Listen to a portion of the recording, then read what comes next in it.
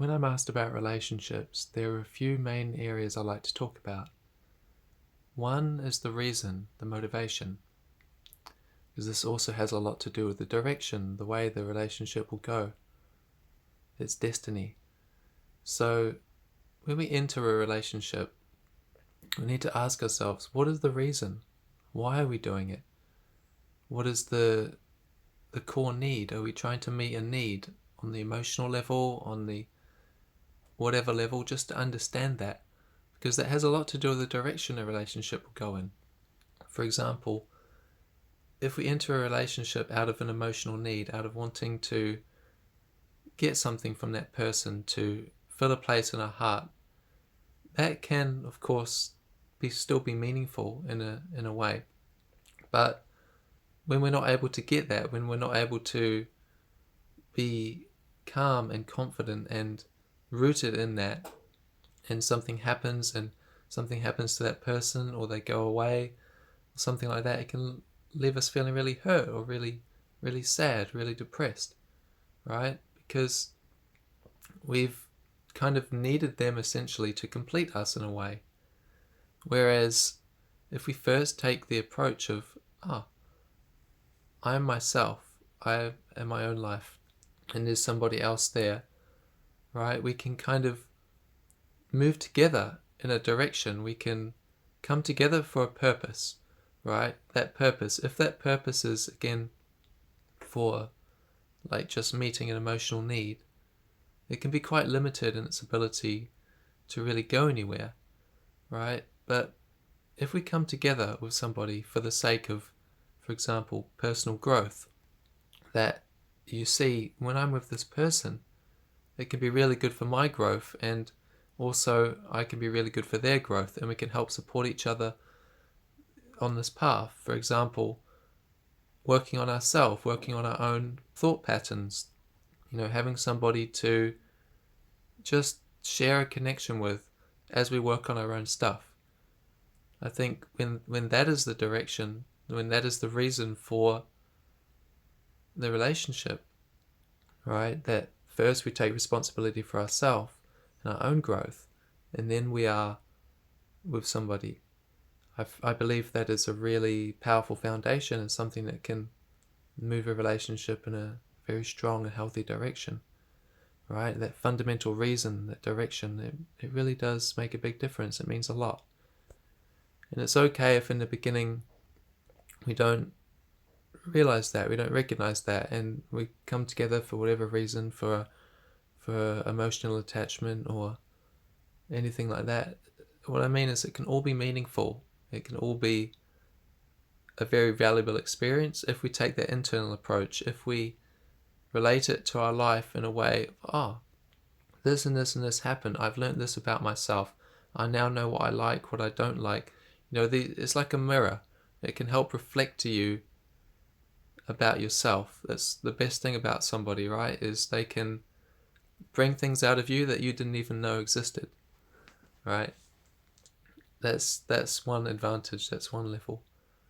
And then another topic, something that I think is important to talk about as well, is when there is a conflict, when there is some kind of discongruence, some kind of conflict between people. Maybe it's in the way you think, and something happened, they did something a certain way, right? Often the common example is someone cheats on someone else, right? And then there can be a lot of upset emotions, a lot of unhealthy feelings, like, wow, this is unacceptable, how could this happen, and you're the worst, and you can have all of these kind of thoughts. But just to recognize that we're all human, we ourselves have our own thought patterns, right? Our own views, our own ways of reacting to things, and we have our own needs, our own emotional needs. And recognizing that everybody else also has their own needs. And so when somebody else is doing something, even if it's something that we don't like or can harm us, that kind of, how could they do that? Just recognizing that they were suffering, they were going through something, there was some need that they needed meeting, and they were just trying to do that. So of course, if we take it personally and think it has to do with us, it's like, wow, you did this to me. How could you do this to me? How could you cheat on me? Right? But just realizing it's often not even about us. It's just about what that person is going through and what their true needs are. And so again, if we can be in that place of, that more unconditional place of, how can I learn? How can I grow? We're here together to work through our stuff. Then there's also, going to be a different kind of expectation, and the expectation won't be fixed. And yeah, these are just some of the key messages I thought like sharing. And I can share an example from my own life too, where I felt a lot of love for somebody, and I had a really wonderful, amazing experience with this person, and I felt like that connection is so natural, and then all of a sudden that became my main focus. That became, okay, I'm kind of on this path, this life, this growth. I'm so thankful I've had this opportunity to learn these tools about health and well-being and the consciousness and how to uplift life. But even when I entered this relationship situation, I kind of lost direction for a little while. I allowed that to become the biggest thing, like a balloon, blowing a balloon, and it just became my main focus in kind of an unhealthy way. I wasn't really moving in a direction. It was more like that person was just becoming so much on my mind and so much a part of me, and then things didn't end up going so well, or you could say they just went according to their law. They just happened the way they were meant to happen, and we ended up not traveling together. We ended up having some time apart, and that was very difficult at the time. I felt very upset, like, how could this happen? And just a lot of confusion and not really understanding the situation, but realizing after a while, of course, this wasn't healthy. This wasn't the way I was living, the way I was being, and just everything wasn't so good for both of us. And so I think it was very natural that at that time things just came to a close. And that experience was really, really beneficial for me, and it helped me really come back to myself and my heart and explore these topics, like explore love and how can I get love for myself.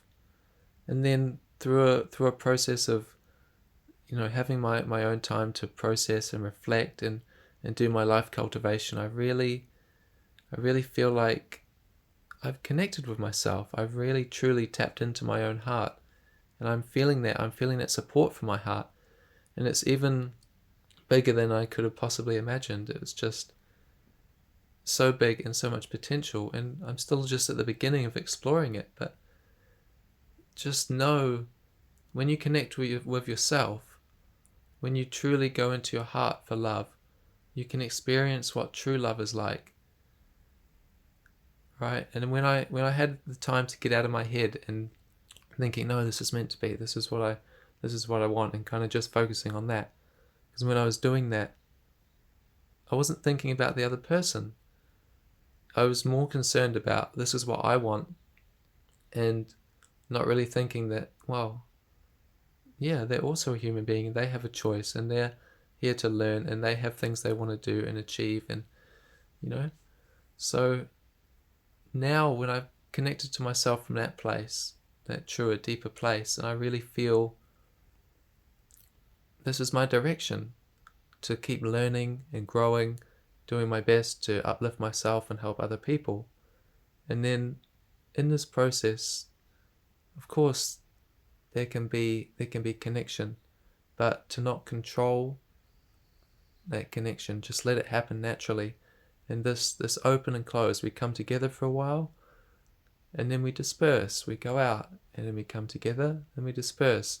Sometimes things don't have to be like a really long time, right? It can come, it can go, it can come, it can go when it's beneficial. Like if you always spent your time with someone always by their side, that can be really meaningful. But maybe it's also meaningful to have some time apart, to be on your own, to experience what it's like to be on your own. And then when you learn from that, from both of those experiences, you can just kind of harmoniously dance between these things. But what I really realized is something about love, something about that true love, is when you connect to that true love, it truly is beneficial for all. It's something that is bigger than yourself. It's something that is more than the ego, more than the mind, more than the false self, right? You can truly tap into what is beneficial, what is uplifting, what is, nourishing. So for myself, I'm feeling this in my heart that is very strong, and my love for that person is even purer, even brighter than it was before. But it's in a way that I really respect them, and I really, really wish them well, and I really want them to have the freedom and the choice to live their life the way they want. Okay? And I'm open to however life wishes me to go, however I wish to go, and however other people wish me to go. All of these things together is a dance, in a way it's a compromise, but it's not really, because if we just follow what is true, what is real, what is beneficial, like follow from that true heart, everything will just flow. Everything is part of that divine tapestry of the universe, of love. It'll just work out. So my approach is always come back to myself, come back to my heart, work on myself, and do my best to share and connect with others. In all relationships, it's not just a romantic relationship. We're always relating to people. We're always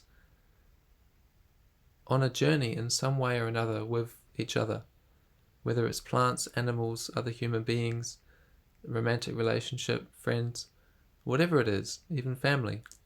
We all share these relationships, and it's important that we first come back to ourselves and find that stability, and then we can be in the best place to explore life with each other. So this message, I've done my best to share a few of the key points that I felt like are important to have a healthy relationship.